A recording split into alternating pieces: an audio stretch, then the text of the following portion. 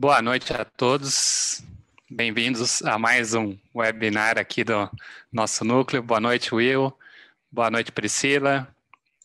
Boa noite, César. Boa noite. Nossos convidados apostos para a gente bater um papo, né? Antes de passar a palavra para os nossos convidados, eu só vou fazer aqui uma brevíssima apresentação, falar um pouquinho do nosso núcleo Lab Martin, das atividades que vem aí, as próximas palestras, webinars, tudo que está acontecendo.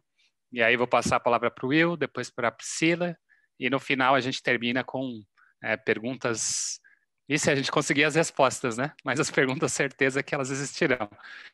A gente vai descobrir se a gente tem as respostas depois. Boa noite Perfeito. a todos. Boa noite, César.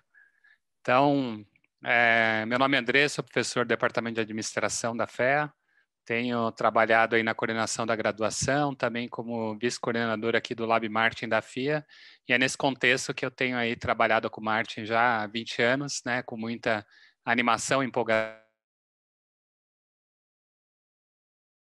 Então, tem um livro, casos aí nos livros do Kotler, então um grande orgulho aí de estar produzindo conteúdo. Uma coisa que vem aí pela frente, logo no começo de março, passado semi-carnaval, né? A gente não sabe se é carnaval ou não é, todo mundo em dúvida, mas passado as datas, teremos aí o que a gente vai chamar de Jornada Lab Martin, com uma série de webinários muito bacanas. A gente já tem 3 convidados aí fechados, né? A Daphna, que é gerente de produtos digitais da Nike nos Estados Unidos, o Marcos, que é CEO da Ipsos, Rodrigo Malziner, VP lá na Mastercard nos Estados Unidos também. Então, a gente está montando uma semana aí super bacana com o pessoal que vai trazer muito conteúdo. Então, fiquem ligados aí, de 1º a 5 de março vai ser uma semana recheada. Além disso, no final de fevereiro, até antes disso, né, a gente tem mais um webinar aí com a Kate, nossa colaboradora e que ajuda na coordenação dos cursos da área de moda. Vai trazer aí a Melissa para falar sobre luxo, então também vai ser, né, um evento bem interessante. Falar um pouco aí do que vem pela frente nos próximos, né, meses aí em 2021. Com a pandemia, a gente migrou para um formato que mistura o presencial e a ao vivo. O que significa isso? Que a gente tem umas câmeras aí que o pessoal da parte técnica da FIA contratou, que ao mesmo tempo que transmite pela internet, filma o professor, a lousa, da Zoom, uma coisa fantástica que o pessoal inventou aí. Então, estamos, né, preparados para continuar só EAD ao vivo, ou caso, né, a pandemia der uma refrescada, a gente volta também com essa opção desse presencial transmitido ao vivo, né? Mas vamos com os cursos nas 2 opções. Teremos aí ao longo do ano uma série de cursos de curta duração. Essa lista enorme vai ir ao longo do ano, já em abril, né? Vocês estão vendo aí, a gente bolou uma pequena promoção aí para esse lançamento, né? Primeiro evento do ano, então tem um código aí, se você capturar ele, pode dar um print na tela, depois manda um e-mail para a gente que vai ter direito a um desconto, e é um curso EAD Design Thinking, que eu fiz, né? Eu, professor Veloso, é outro Veloso com 2 L's, né? Então não é meu irmão, nem meu tio, nem nada. Por um acaso, ele é Veloso também, mas com 2 L's. Além disso, a gente tem aí vários MBAs que estão com as, né, matrículas abertas, todos eles com essa promoção também. Para os MBAs e para, né, pós-graduação, a gente está dando também de matrícula para quem antecipar aí um curso de curta duração, que vai ser via EAD ao vivo, de Marketing Analytics. Então, aguardem aí, quem se interessar, só dar o print na tela e depois conversar com a gente, organiza isso. Né? A pessoa que vai falar com vocês ou a Maristela ou a Joana. Além disso, a gente está com uma pós-graduação em marketing aberta. A data do site está lá 16 de março, eu acho, mas a gente vai começar todos os cursos aí juntos nas pós-graduações só em abril. Então, quem quiser, tem o QR Code aí, pode dar uma olhada. Né? Dúvidas, Maristela resolve, né, com relação à pós-graduação.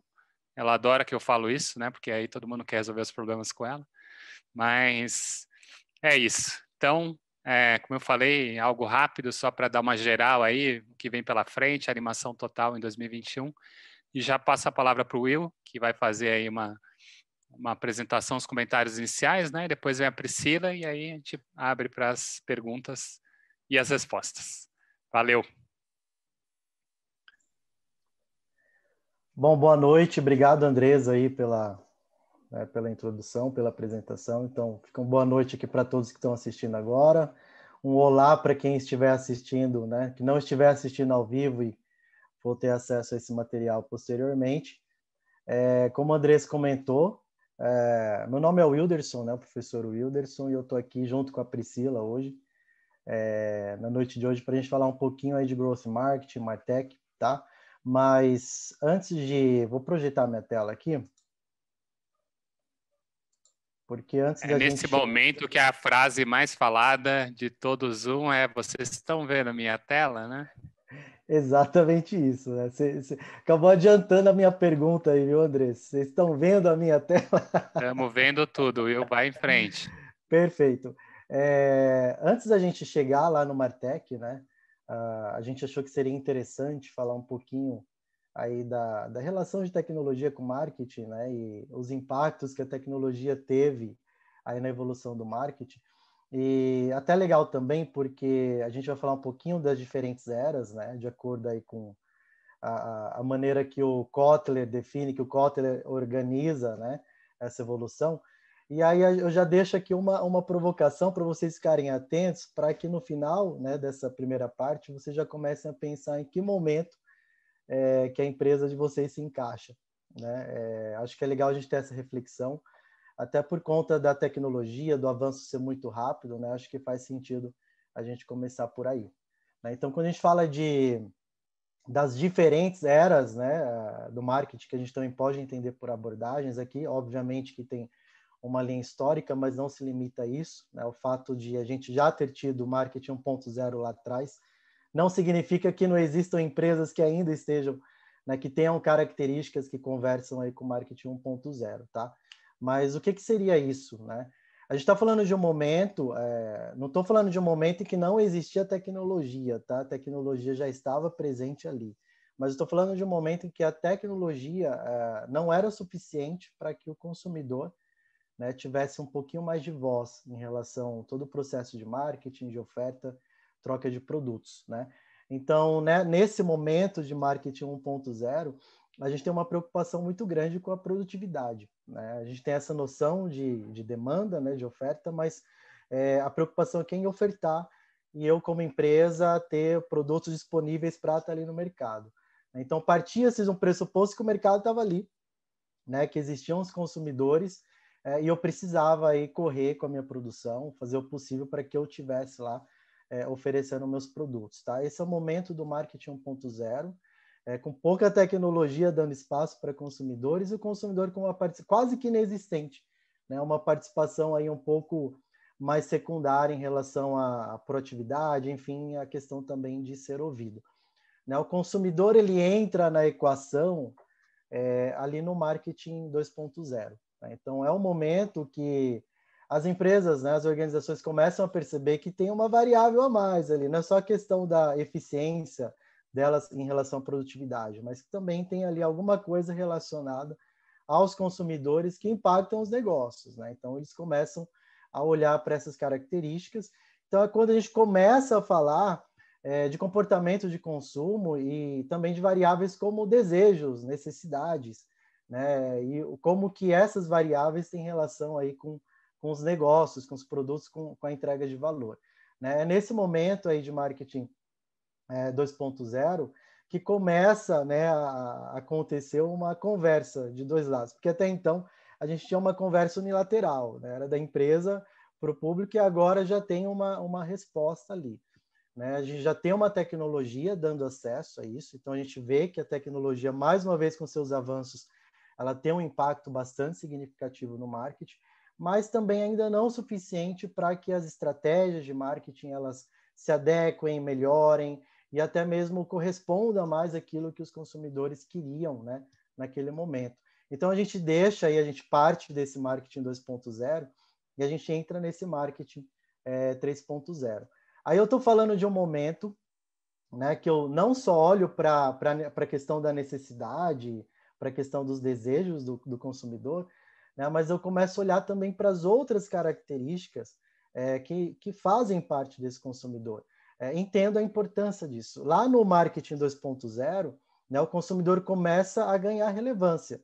Né? Então, eu entendo que quando eu vou lá naquela equação de lucro, né, a equação ela deixa de ser receita menos custos e passa-se a olhar um pouquinho mais de profundidade para a variável receita, né? Entender a questão de segmentação, entender que diferentes grupos eles podem pagar por valores diferentes ao mesmo produto, né?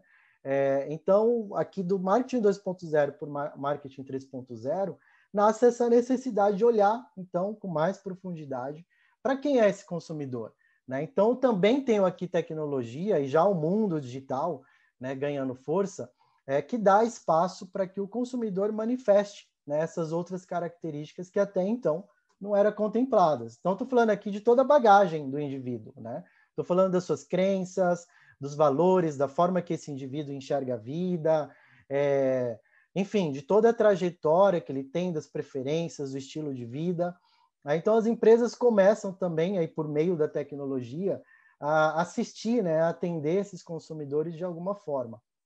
Só que aqui, nesse momento de marketing 3.0, apesar de que a tecnologia já tinha se avançado bastante, a gente ainda não tinha muita acessibilidade a muitas outras tecnologias, né? Então, a gente analisa dados, a gente olha o que a gente tem de registro, mas a gente não tem acessibilidade por N questões, como de custos, por exemplo, para fazer a melhor curadoria ou a melhor análise de todos esses dados que são gerados, né?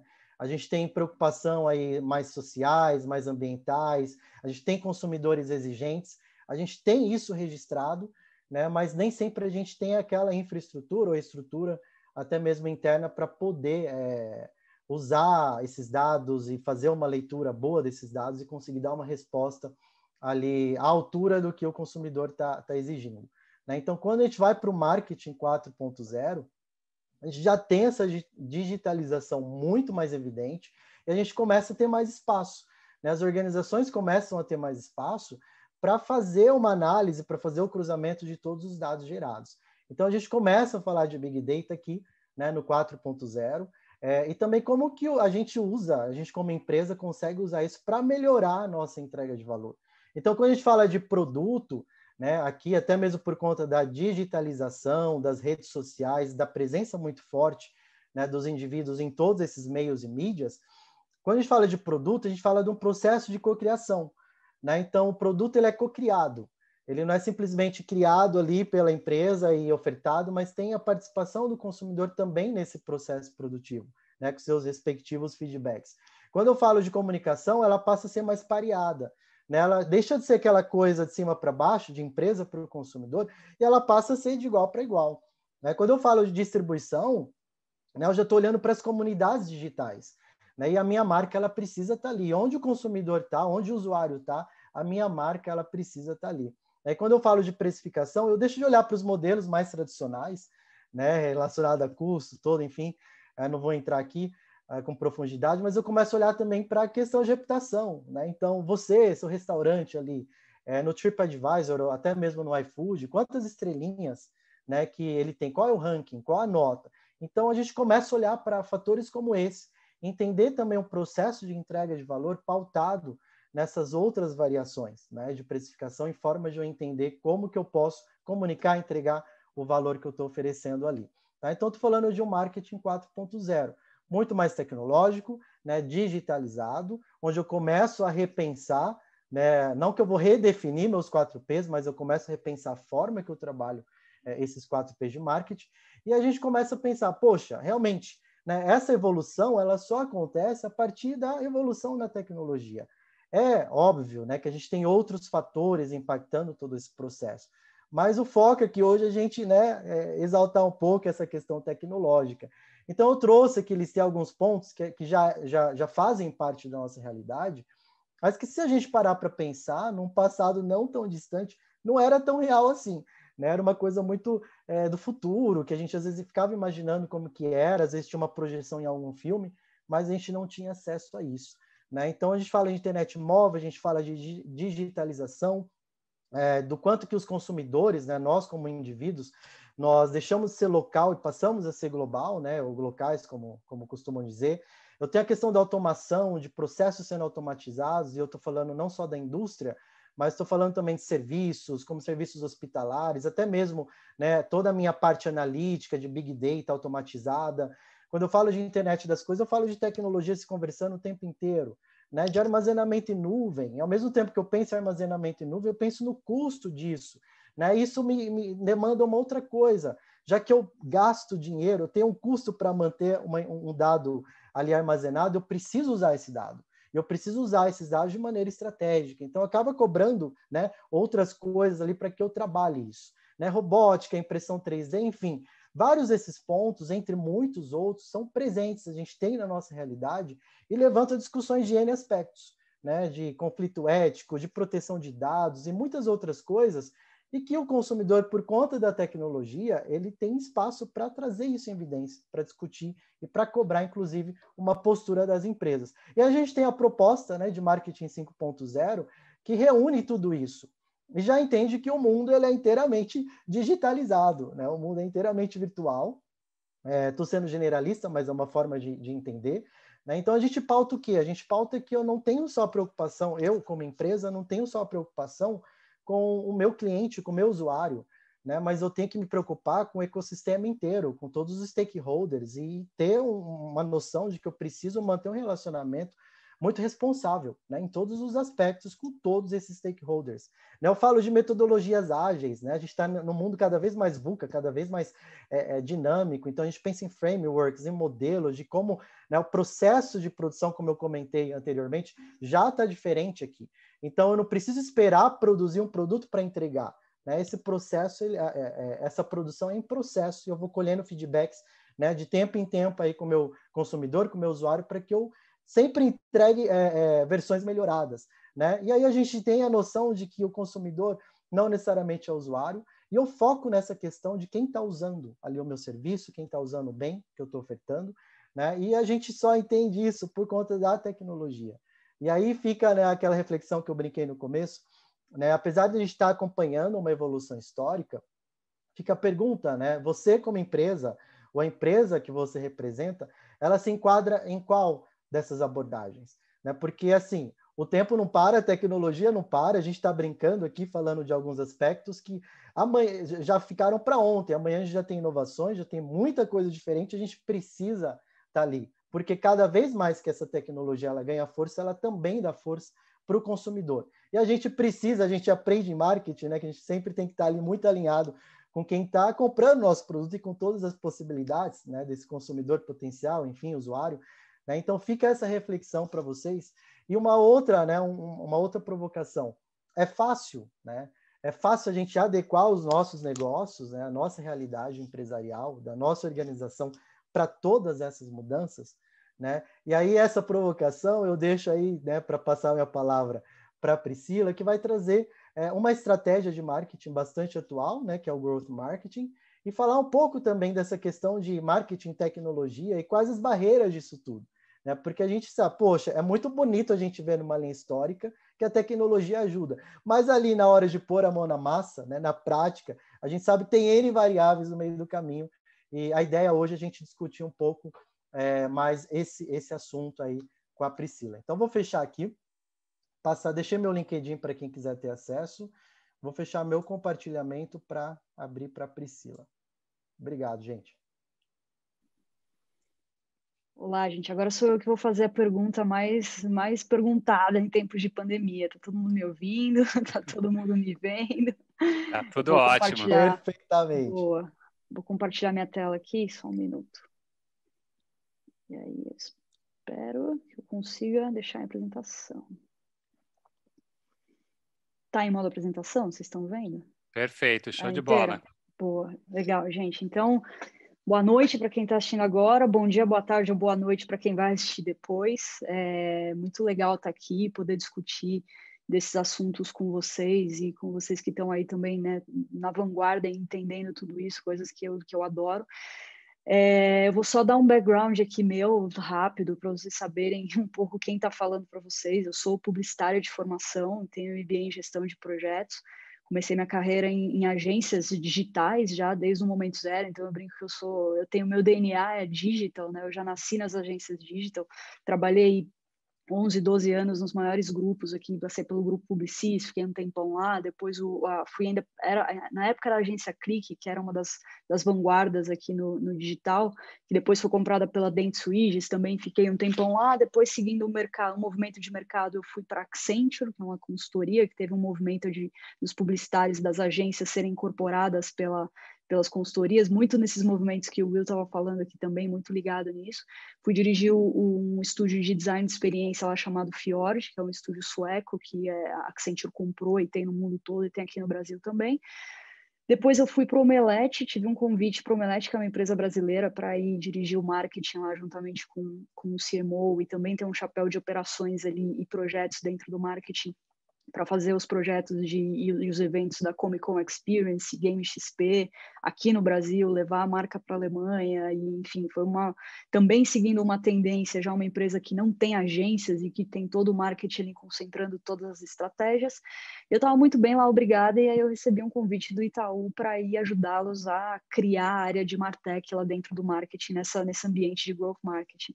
E aí eu falei, cara, imagina, eu não tenho, nunca pensei em trabalhar em bancão, nada a ver, que isso, não é para mim.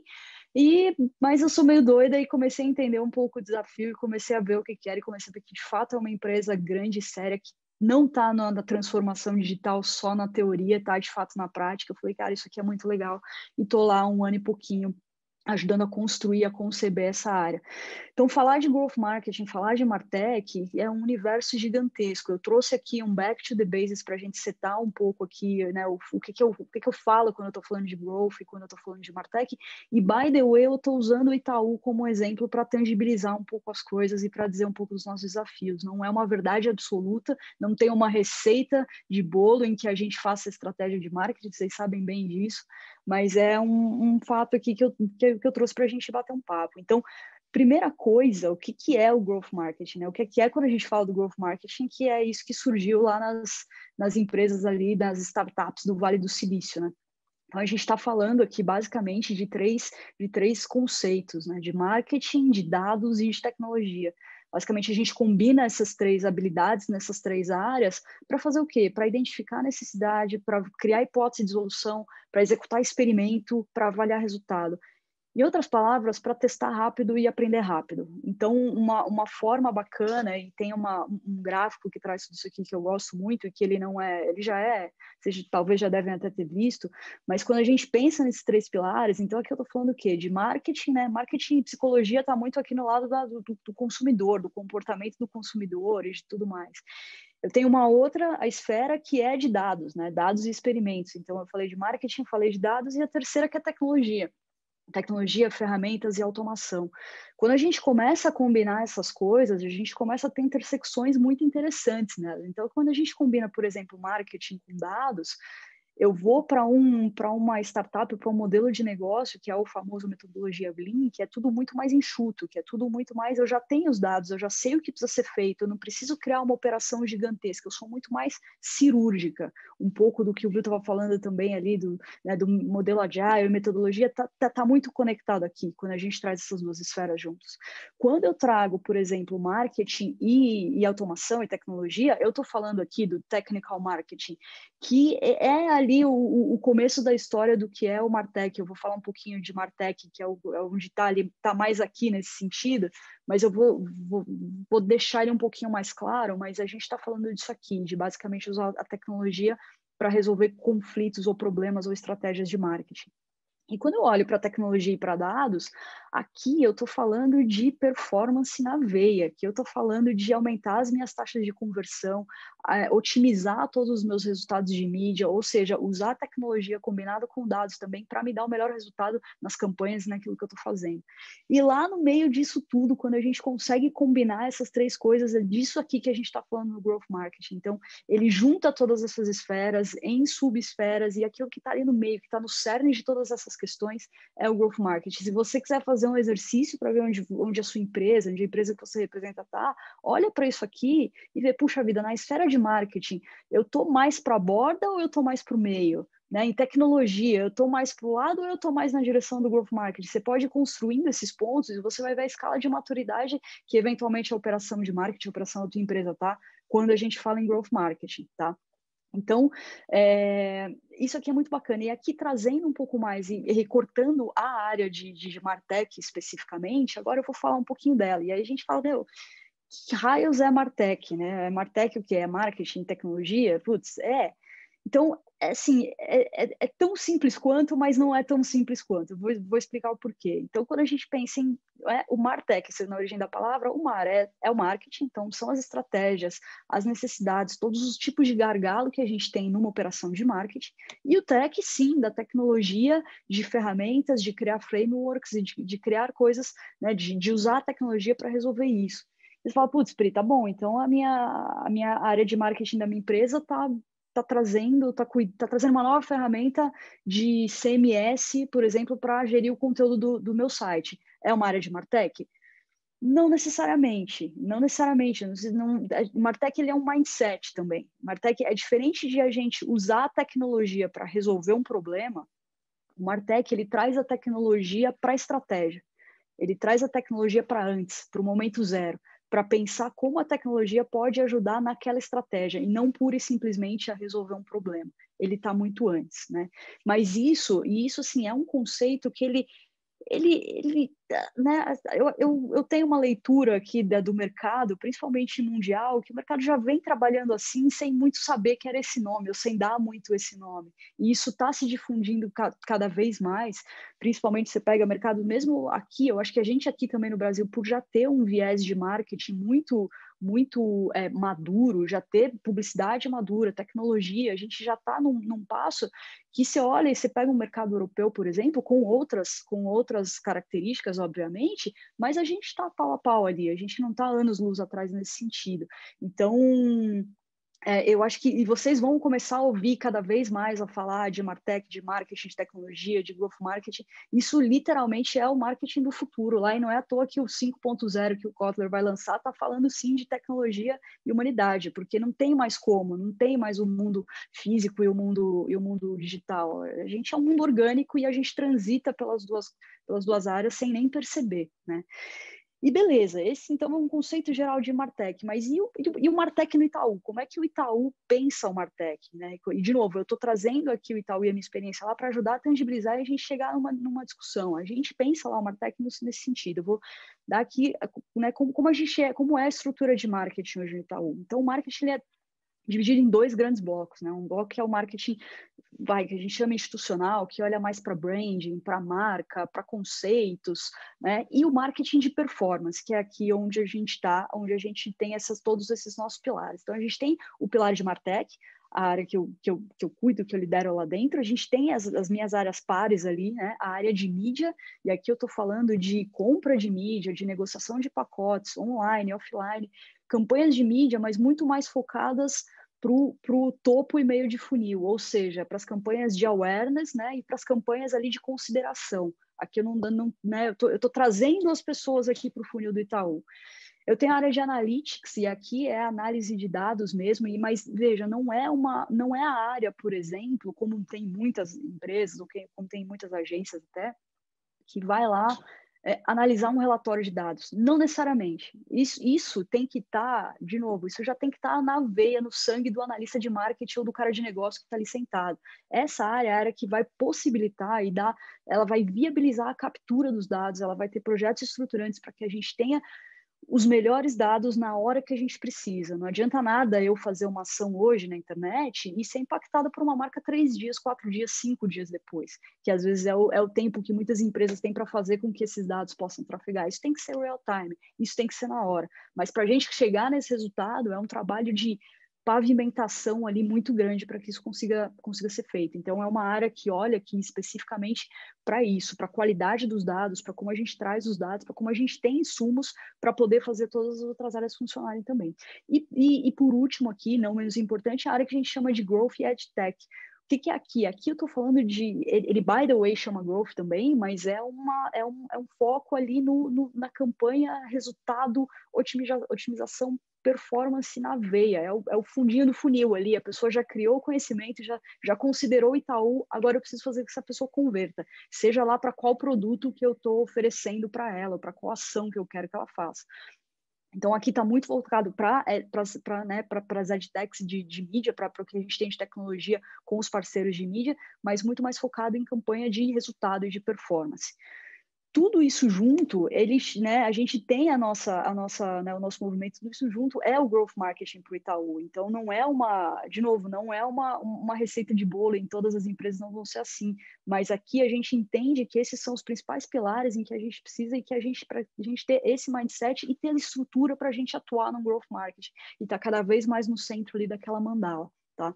Falando especificamente de Martech, a gente trabalha em alguns pilares, a área de Martech, porque a gente precisa ter propósito e dar foco para as coisas, né? Então, falando desses pilares, a gente trabalha muito um pilar de performance, né? E aqui eu não estou falando de diferente da performance de mídia, eu estou falando de performance das operações mesmo. Então, é uma performance para, puxa vida, tão simples quanto eu preciso ter uma forma que todos os conteúdos de todos os sites, os aplicativos do Itaú mudem, sejam rápidos para mudar, qualquer analista de marketing, qualquer estagiário ou qualquer vice-presidente que quiser e que possa fazer isso, obviamente, possa entrar lá, apertar um botão e colocar, para a gente não ter problema de conteúdo duplicado, não ter problema de com Bacen, que conteúdo está diferente. Estou dando um exemplo do que é o pilar de performance aqui, tá? Mas basicamente performance de operação. Eu estou falando posso falar de conteúdo, posso falar de uma área que impacta em dados e que eu preciso melhorar a performance daquilo, e às vezes com uma solução de tecnologia a gente pode trazer e pode melhorar. São várias questões nesse sentido, mais voltado para os problemas de marketing, obviamente. Um pilar de automação, e aqui eu estou falando mesmo um exemplo clássico, que é automação de criação de peças, né? Qualquer publicitário que vai criar uma campanha hoje para o digital, né? Você fala, meu Deus, @banner, tá, não sei o quê, são milhares de formatos, e aí hoje a gente tem condições de falar de uma forma muito mais pessoal através dessas peças, porque eu tenho dados, porque eu sei. Então, eu sei que o Will mora em São Paulo e está procurando apartamento. Eu sei porque eu sei o comportamento dele. E eu sei que o Andrés, ele está doido para comprar um iPhone novo, porque o dele está quebrado, porque ele está atualizando o aplicativo e não vai. Eu sei disso. Então, eu posso criar na mesma campanha uma mensagem direto para ele e falar, oi, Will, tudo bem? Você não quer um crédito imobiliário? E falar para o Andrés, Andrés, tudo bem? Você já viu o programa do iPhone para sempre que Itaú tem? Eu posso fazer isso. E problemas de produção para eu fazer isso não pode ser o meu problema. Então, eu posso sim, tenho condições aqui de criar uma automação para eu criar essas peças. E em 10 minutos, eu criar 5.000 versões de uma peça, subindo lá um Excel, colocando um template, pronto, está pronto. Eu não preciso contratar 50 pessoas de criação e um monte de dupla para fazer isso. Então, esse pilar de automação, ele vai ajudar a gente, as operações do marketing, a de fato serem automatizadas nesse sentido, né?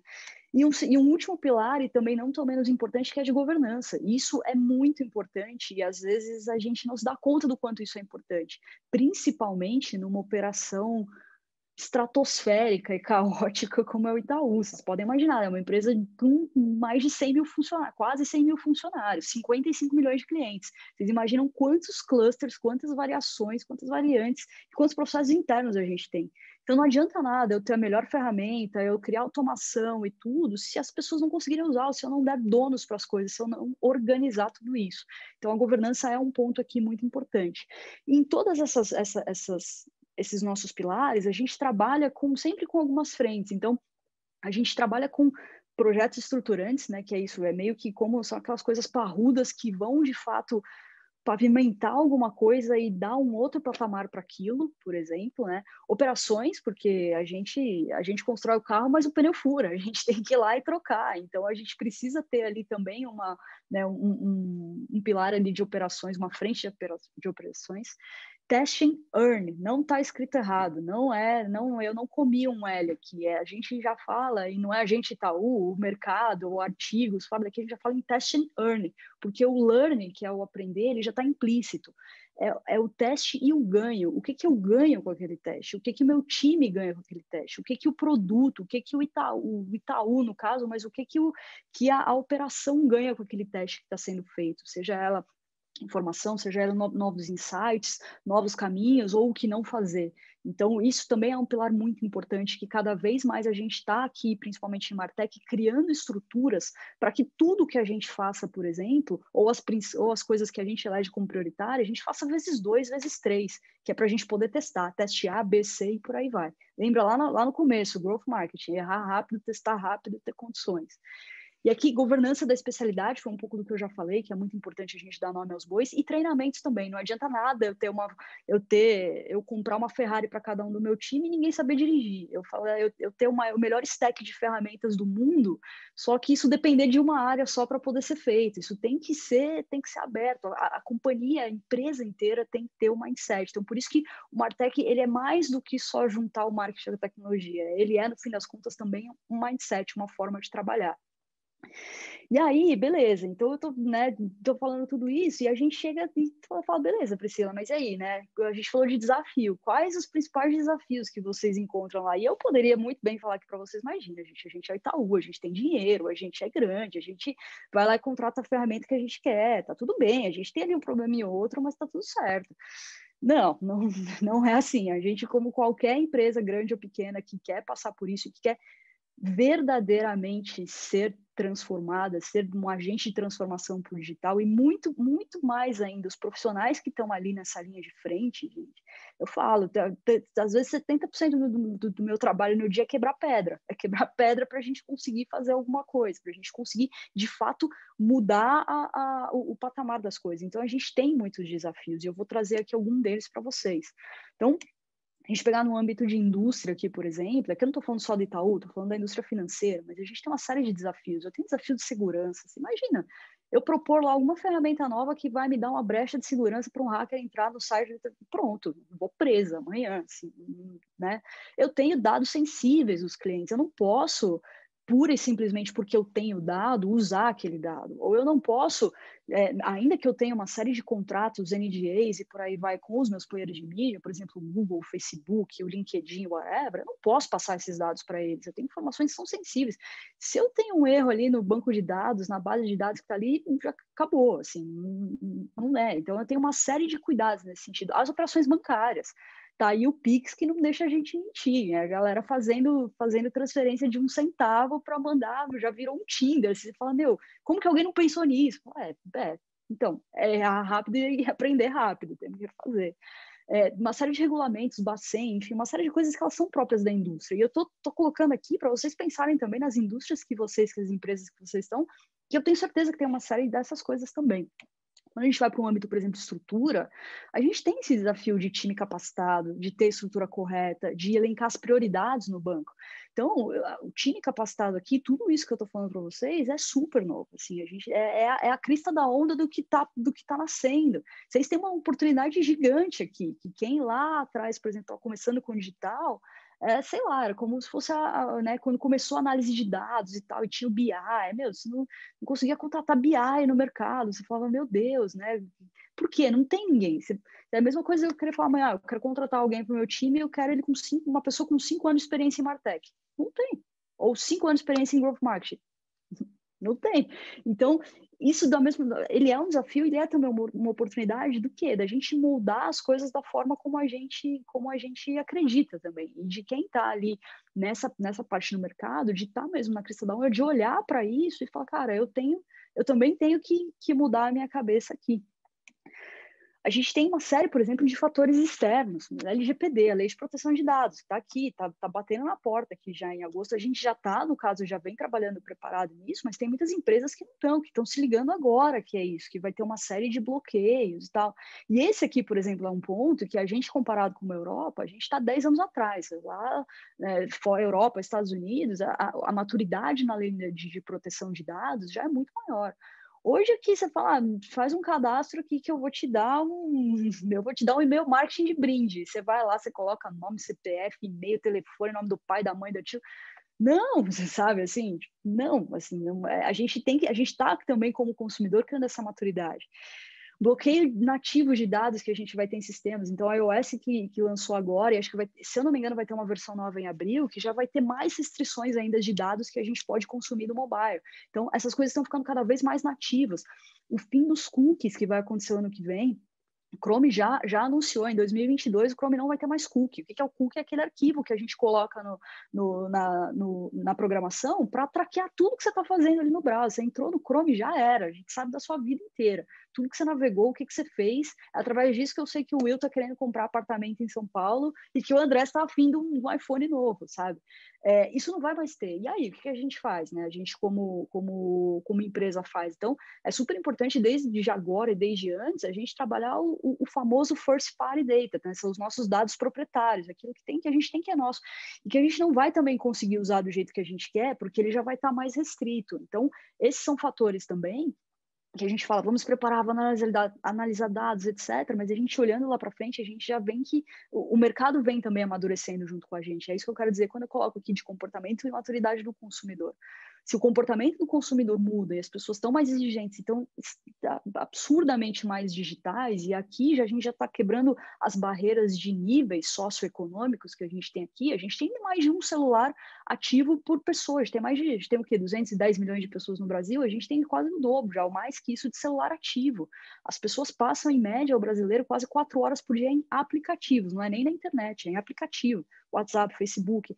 Então, o comportamento mudou e a gente tem que estar nisso, a gente tem que entender, mas a gente também tem desafios. Então, tem uma série de emaranhados que são os fatores externos, que qualquer empresa que quer estar ligada em MarTech, em Growth, tem que olhar para isso, tem que já entender no momento zero. A gente está falando de fim dos cookies desde o começo de 2019, lá no Itaú, que a gente já está se preparando para isso, porque está aqui, batendo na porta. E por último, e não menos importante, e propositalmente é a maior esfera aqui, é algo também que eu acho que às vezes a gente não se atenta tanto, ou que às vezes na maioria das empresas, das companhias, elas tipo, é meio que, beleza, isso passa desapercebido, e eu tendo a dizer que ele impacta muito, muito mais do que a gente acha que impacta. E eu vivo isso dia sim, dia também lá no Itaú, que são os fatores internos. Aqui eu estou falando de pessoas. É cultura, é mudança. Quando a gente fala de mudar o mindset, mudar o jeito que a pessoa trabalha, ou muitas vezes o jeito, as coisas nas quais elas acreditam, isso é um processo que não é da noite para o dia. Não é porque eu estou falando tudo isso aqui para vocês, que vocês vão olhar e falar, beleza, né? É isso, MarTech. Não, é uma mudança porque você está tirando todo mundo da zona de conforto. Você fala assim, sabe o jeito que você trabalha? Esquece, agora você vai trabalhar de outro jeito, agora você vai pensar de outro jeito. Isso leva tempo, isso é um trabalho de formiguinha, é quase uma evangelização ali que isso tem que acontecer. Então, a gente não pode fazer tudo isso e achar que tá tudo certo, tá tudo bem, é só trazer uma nova ferramenta, vou implementar, não vou, eu vou mudar o trabalho ali do cara, eu vou mudar o mindset. Então, a gente ser o data-driven by design, ou seja, a gente nascer data-driven, as nossas estratégias e aquilo que a gente pensa nascer data-driven, não é um caminho que é tão simples como, já tem as ferramentas, já tem as estratégias, agora vamos. Isso impacta muito mais do que a gente acha. Eu já tive experiências, por exemplo, passadas, de olhar para teste e estar com o cliente discutindo teste, e você fala, olha, esse teste aqui, ele fala, não, isso aqui eu não posso levar para os meus superiores da empresa, porque esse teste não foi bom. Eu falei, como não foi bom? Como? Não, eu tenho que levar quando o teste foi bom, o resultado foi bom. Você fala, não, você tem que levar o que foi ruim para saber o que você tem que mudar. Não, mas aí, se foi ruim... Assim, não quer dizer que o seu trabalho é ruim, quer dizer que você identificou uma coisa ruim, mas isso ainda não é tão claro, assim, na cabeça das pessoas, por mais incrível que pareça. Pode ser muito óbvio, pode, para uma empresa lá do Vale do Silício, uma startup que está sendo lançada agora. talvez não seja tão óbvio para uma empresa, por exemplo, de 90 anos de idade como Itaú e de 100 mil funcionários. Então, não é à toa que, para mim, na minha visão, e aqui é uma visão muito particular minha, Priscila, isso aqui é uma das coisas que mais são desafiadoras, porque aqui você está lidando com pessoas, você não está lidando com 0 ou 1 da tecnologia, com um código que está quebrado, você vai lá e corrige. Você está lidando com pessoas, com a forma de trabalhar, e você está mudando a forma dessas pessoas pensar. E aí, no fim das contas, a gente pode, né, olhar para isso aqui, é uma provocação que eu faço de olhar para todos esses desafios aqui e falar, ferrou, é um maior que o outro, isso aqui não vai acabar nunca. Mas a gente pode olhar para isso aqui como também uma regra de crescimento. A gente pode olhar para isso aqui, sim, fazendo, cara, eu já sei de tudo isso, que bom, consciência é a primeira coisa que a gente precisa ter quando a gente quer mudar alguma coisa. Então, a gente olha para isso e a gente vai crescendo.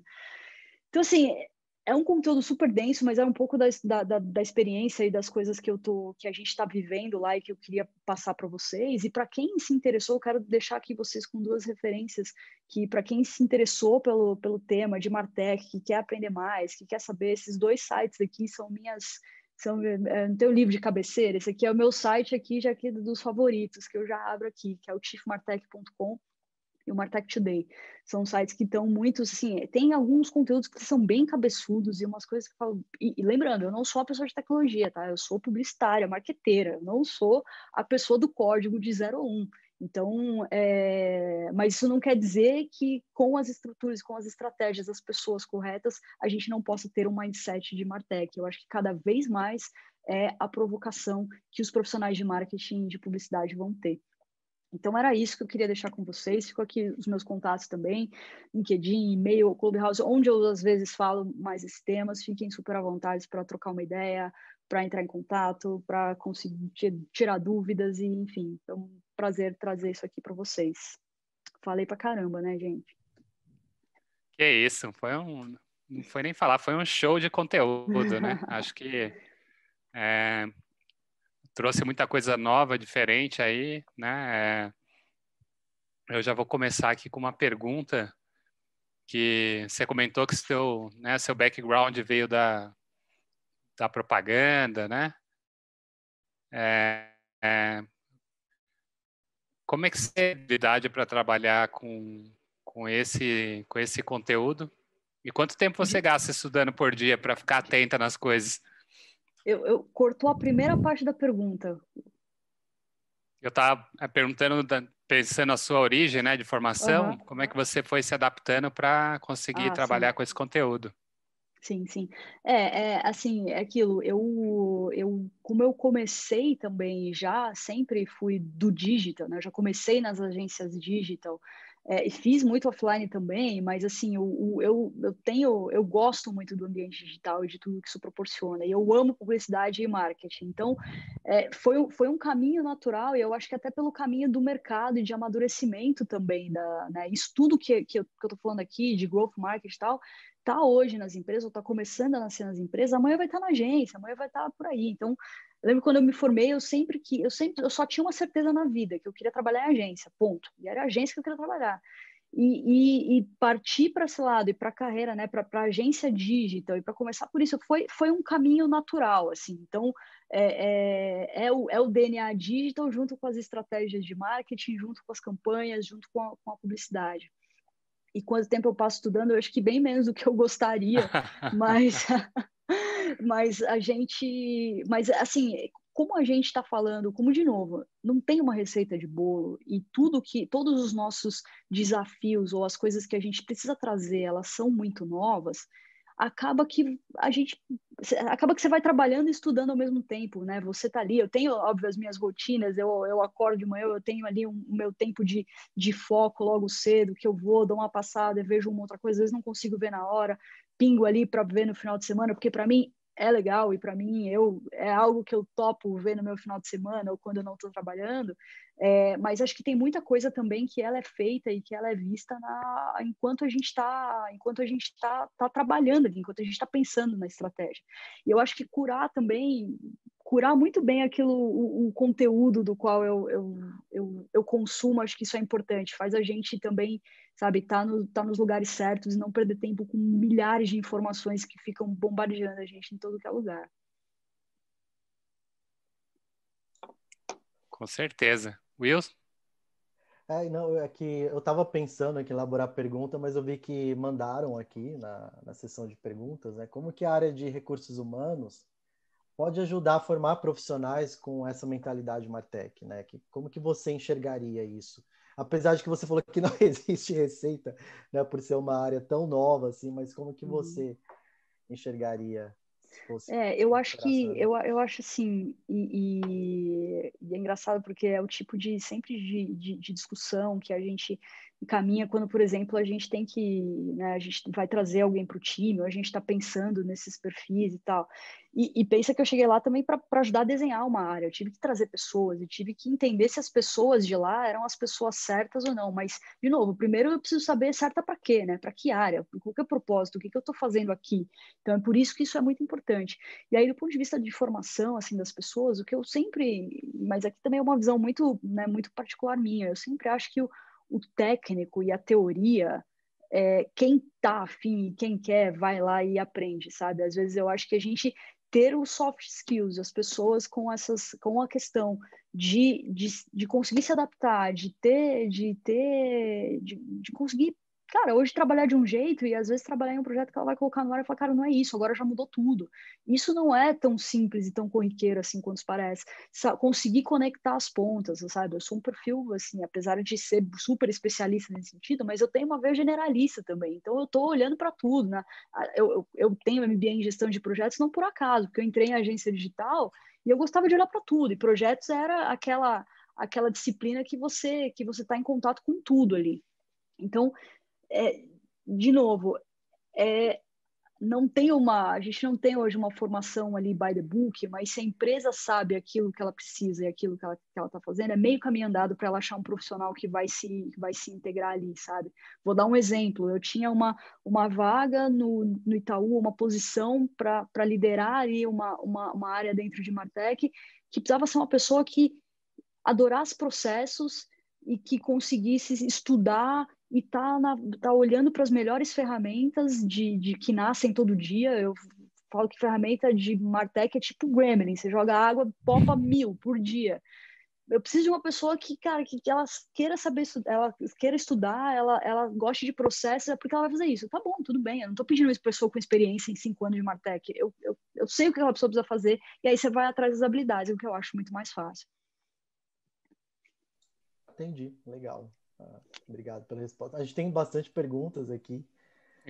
Enquanto você está olhando aí, eu vou fazer uma pergunta aqui, vou atravessar o Will, desculpa. Mas você falou do banco, né, que tem 50 e tantos milhões de clientes. E imagino que quando você vai incorporando tecnologia naquilo que você está oferecendo para os seus clientes, você vai criando um produto que às vezes ele é mais exigente do ponto de vista de quanto que o consumidor tem que entender de tecnologia para poder acessar, né? E quando você fala de 50 milhões, você acaba caindo numa parcela da população que talvez não tenha tanto acesso a recursos, né? Então, como é que vocês lidam com essas questões? Isso é um ponto super, super importante, né, do ponto de vista de experiência do consumidor. Uhum. E eu diria até que foi um dos pontos que agora essa pandemia também veio para abrir os nossos olhos ali para isso, porque poxa, você tem, principalmente aqui, você viu as pessoas, né, os grupos de risco, como é que você vai falar para um senhor de 60, 70 anos ir na agência que ele está acostumado a ir todo dia para fazer aquilo? Não, e ele não precisa ir, ele pode fazer no aplicativo, né? Como é que ele faz isso? Então, o Itaú tem também, a gente tem, acho que são duas coisas, né? Do ponto de vista de experiência, ela sim é pensada e a gente tem alguns mecanismos e algumas funcionalidades ali especificamente para esse público, e a gente fez testes e várias coisas, então a experiência é pensada também para ele. Se a pessoa não tem nos aplicativos, a gente tem um botão de pânico, a gente vai ter um botão de pânico, a pessoa não sei o que fazer, aperta o botão do pânico que alguém vai falar com você, e tá tudo certo. Boa. E você não vai perder o seu dinheiro porque você está aqui.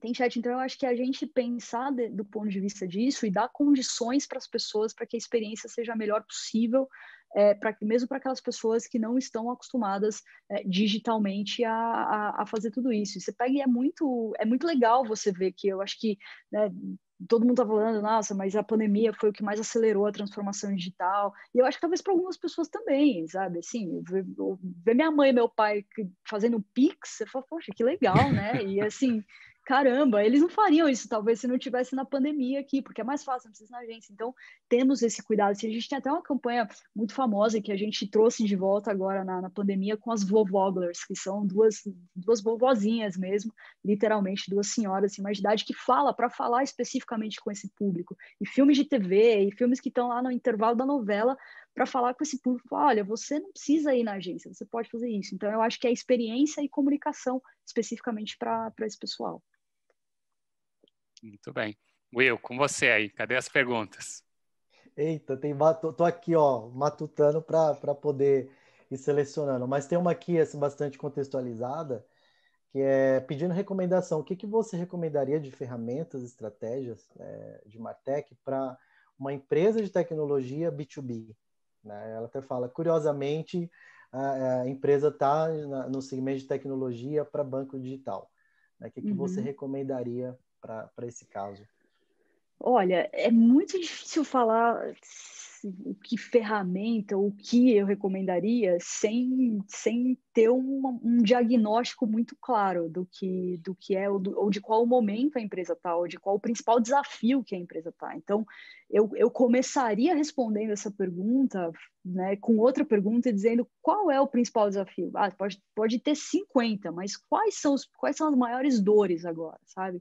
Olhar e fazer um raio-x mesmo, do ponto de vista de estrutura, do que a empresa tem hoje, de quais são as maiores dores, elencar aquilo, e aí, de novo, a ferramenta é a última ponta, mas é aquilo, não é pensar a tecnologia para trazer uma ferramenta, é pensar a tecnologia no momento zero aqui, é inverter a pergunta, como a tecnologia pode pode me ajudar nessas duas. Então, eu diria que a primeira coisa é ter um raio-x claro do que é, porque a ferramenta no final, ela pode ser, você pode ter uma dor que é, não consigo atualizar meu site, e as pessoas entram no site e precisam ter as informações atualizadas. Tudo bem, pluga um CMS aqui e que esteja de acordo com a sua empresa, tá tudo certo.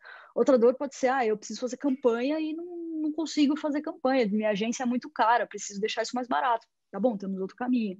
Então, é muito difícil dar uma ferramenta, mas eu começaria mesmo investindo tempo em ter um raio-x das dores da empresa.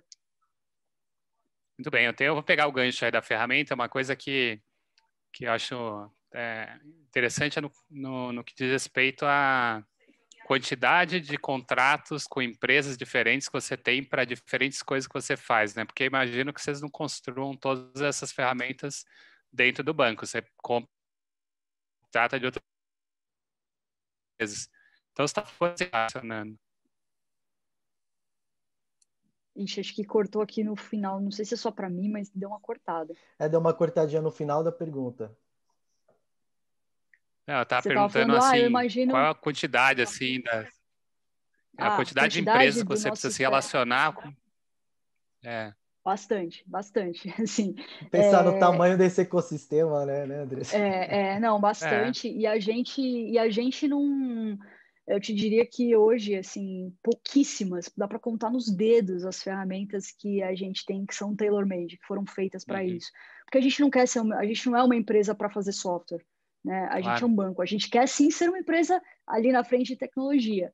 E mesmo essas que já foram feitas tailor-made, e tá tudo bem, porque foram feitas no passado e era um outro momento, a gente já está reinventando agora, porque tem uma empresa que está só pensando nisso, que ela está no melhor dos mundos.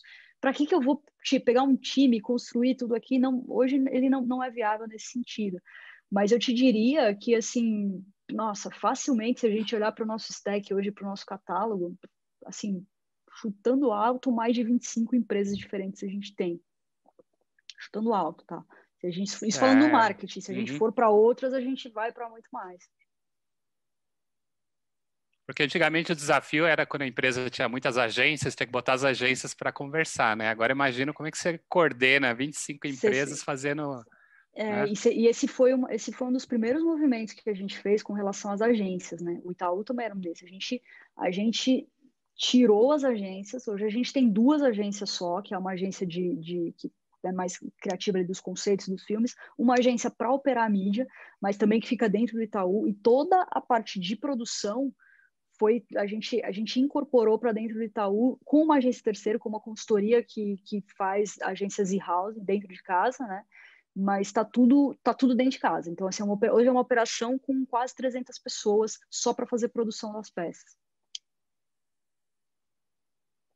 Que loucura, é muita gente. Uau! Gente, é estratosférico. Não tem problema pequeno naquele lugar, é tudo grande. Will, com você aí. Tô com outra pergunta aqui. A gente está falando, você está falando de Itaú tal, e o processo de criação dessa área, né?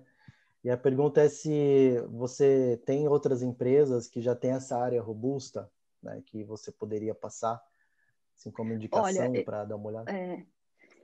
Aqui no Brasil eu estou vendo um movimento bem assim bacana de, né, começar a ver algumas empresas que já estão olhando para isso. Acho que principalmente empresas ali de essas, né, não as startups, mas essas empresas mais modernas. Eu acho que elas já nascem com isso muito mais enviesado. Por exemplo, o Netflix é uma empresa que eu conheço um pouco mais ali por dentro, por ter amigos e pessoas que trabalham lá, que já trabalham de uma outra forma, por exemplo, a produção das coisas.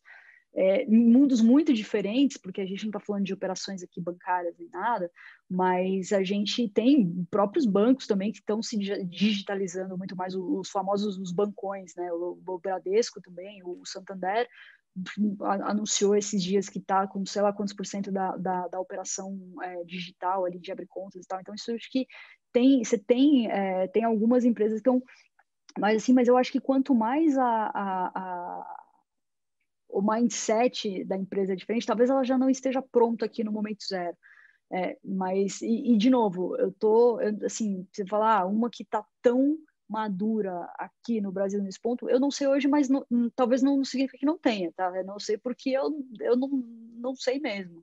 Mas se você pegar empresas gringas, se você pegar empresas americanas, empresas também... Mas eu tive no final do ano passado, também no papo com algumas empresas num fórum em Londres, falando especificamente sobre Martech. E as empresas que eu vi com as pessoas que eu conversava lá, não eram tão diferentes, assim, porque cada umas mais maduras e outras um pouco menos, mas algumas em determinados assuntos, assim, né, que vai abranger tudo aquilo, tudo isso, assim, que eu estou falando de uma forma, assim, eu realmente não sei de algo que fala, nossa, isso aqui é best in class. De novo, tá todo mundo na crista da onda, tá todo mundo indo meio que ao mesmo tempo. Agora, vamos mais pergunta complicada aqui. Com o fim dos cookies, todas as questões de privacidade, acho que em algum momento a gente vai caminhar para ter menos dados disponíveis sobre os consumidores, né? Então, como é que você antevê esse desafio adicional que vai vir aí? Eu acho isso, eu acho que é menos dados e, na verdade, né, é uma maior autonomia do consumidor e do cliente sobre os próprios dados dele, né? Então, eu posso, se eu pedir, se ele me der permissão, eu vou poder ter ali um ou outro dado dele. E aí eu acho que tem o desafio, acho que o desafio né, as empresas já terem, aquelas que já vêm trabalhando os dados do cliente, já tem ali uma DMP com first party, com os dados proprietários, elas já estão definitivamente um passo à frente nisso, mas eu acho que as empresas, elas vão precisar ser ainda mais sexy do ponto de vista de conteúdo e do ponto de vista da conversa que ela cria com o cliente, para que ele possa dar e fornecer aqueles dados que ela quer. E ela não vai poder pegar esses dados e passar para outra empresa só porque é parceira, sabe? Então, eu acho que olhar para conteúdo, que olhar para a forma também como você se relaciona e aquilo que você está oferecendo em troca de dados, para mim é um pouco do caminho que a gente vai começar a trilhar nesse sentido. Que se você junta isso com... consegue convencer as pessoas que vale a pena ceder o dado, né? Agora, eu fiz aqui umas anotações quando você foi falando, né? Acho que tem também uma questão aí da segurança dos dados, né? Acho que é um fator importante que essa semana a gente teve várias notícias de vazamento, né? Então, como é que vocês se organizam para conseguir posto a esse tipo de coisa, né? Isso é super crítico, né? Essa questão de segurança é uma questão super prioritária lá no Itaú, enfim. E a gente tem áreas e áreas e sub-áreas só para tratar de segurança ali da informação e de todas as operações bancárias e de tudo isso. Justamente porque, da mesma forma que a tecnologia evolui para o bem, ela evolui para o mal também, né? Os hackers hoje eles estão também cada vez mais os golpes de impressionante. Eu estava lendo a semana passada sobre golpe de WhatsApp, assim, o pessoal está ficando muito profissional. Eu falei, meu, vamos canalizar essa energia para o bem, que a gente ia fazer um monte de coisa legal, mas assim, então evolui para os dois lados. E a questão, né, de segurança ali de dados é uma área, por exemplo, que a gente lá no marketing, a gente não jamais vai se atrever a colocar o pé. Pelo contrário, é a segurança que me diz o que eu posso e o que eu não posso fazer. Quais as ferramentas que eu posso ou não ligar e plugar, e para eu trazer qualquer ferramenta que seja para o banco, que seja um encurtador de URL, até uma GCP, uma ferramenta muito mais parruda, ela passa por uma série de processos de testes e de todos os tipos de vulnerabilidade de testes que vocês podem imaginar. Boa. Pegar o gancho aí, você falou também que no Growth Marketing tem muito essa parte de experimentação, errar, testar e ir mudando, né? Você pode dar algum exemplo de teste, assim, para o pessoal entender o que você quer dizer quando você fala, vou fazer um experimento, e como é que isso seria algo na prática, né? Claro, assim, por exemplo, eu não sei se alguém aqui, um teste, vou pegar um exemplo recentemente que a gente fez de teste no aplicativo do Itaú Personalité. A gente tem os menus e a gente colocou ali a gente queria destacar, né, um ou dois, e a gente colocou simplesmente um labelzinho azul no nome da sessão, né, para ver se aquilo ia funcionar, para ver se um destaque visual ali de cor ia funcionar.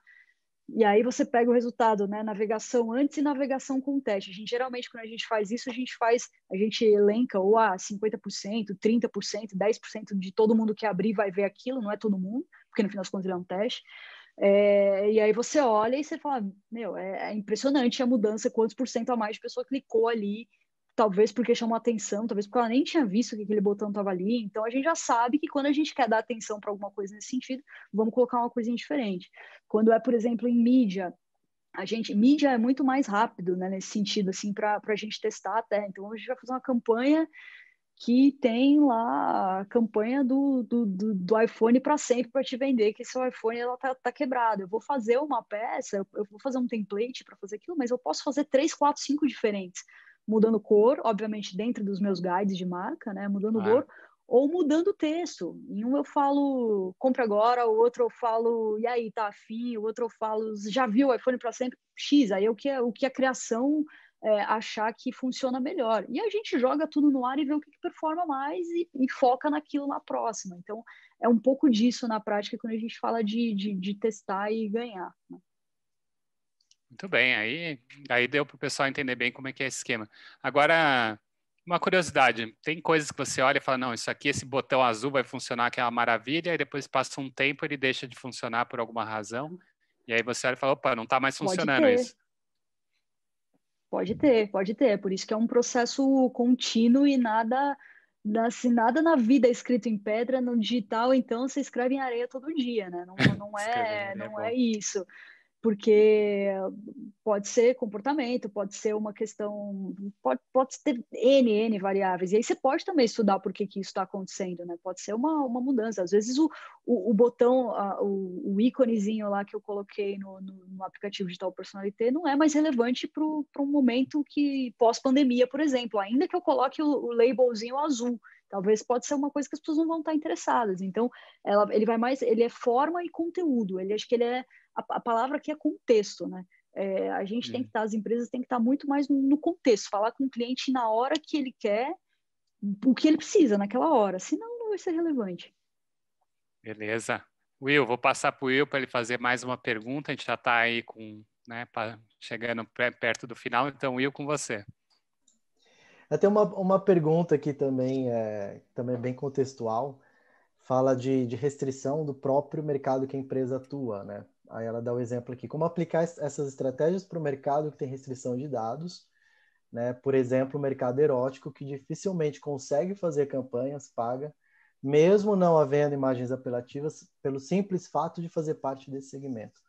Sim, sim. Pois é, esse eu acho que é um super exemplo ali de que fatores, né, da indústria, eles estão muito mais, né, meu, o que você vai fazer com isso?